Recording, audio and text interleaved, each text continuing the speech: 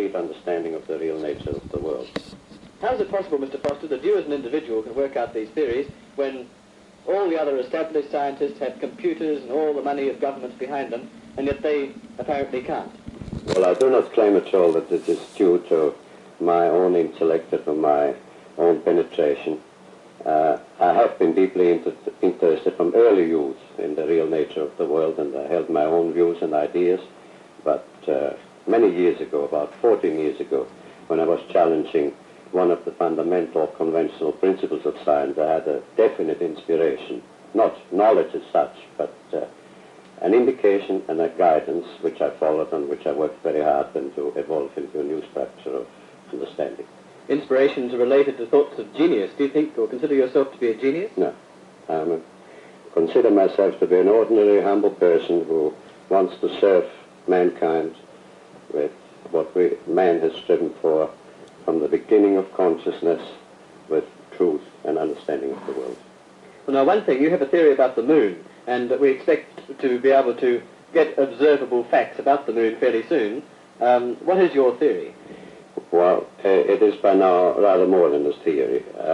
10 or 11 years ago, I stated to various scientists that the moon is not a piece of rock, but it is a plasma phenomenon, cosmic plasma, and that this fact will eventually be confirmed. I made certain predictions which were already confirmed in 1958, and the situation now is coming close to a complete confirmation. What will be the result if you're proved to be correct in your theories? The result will be profound and decisive, because it will give proof that a complete reinvestigation of the laws of nature is necessary. Because if the moon is a plasma, no man will ever land on it. The soft landing attempts will all fail. That means that the mass of the moon is far less than is currently assumed. It's in a different state of energy, and it has far less mass. That means there is no more explanation for the tides. If the moon, for example, had only 1,000th part of its current mass, then the tides would only be 2 inches high under conventional theories instead of sometimes 14 feet. And that means that if it is proved that the moon is a plasma, then all gravitational theories are out, and a new concept of the cosmos and of its laws has to be evolved.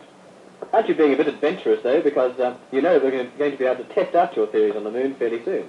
Well, not anymore. 11 years ago, of course, it was rather taking a risk. I was considered a lunatic, of course, but by now the evidence, accumulated evidence, is already so much in my favor that I'm not taking any risks anymore. On the contrary, there is scientific views expressed all over the world now that the moon seems to be of a quite different nature from what was assumed.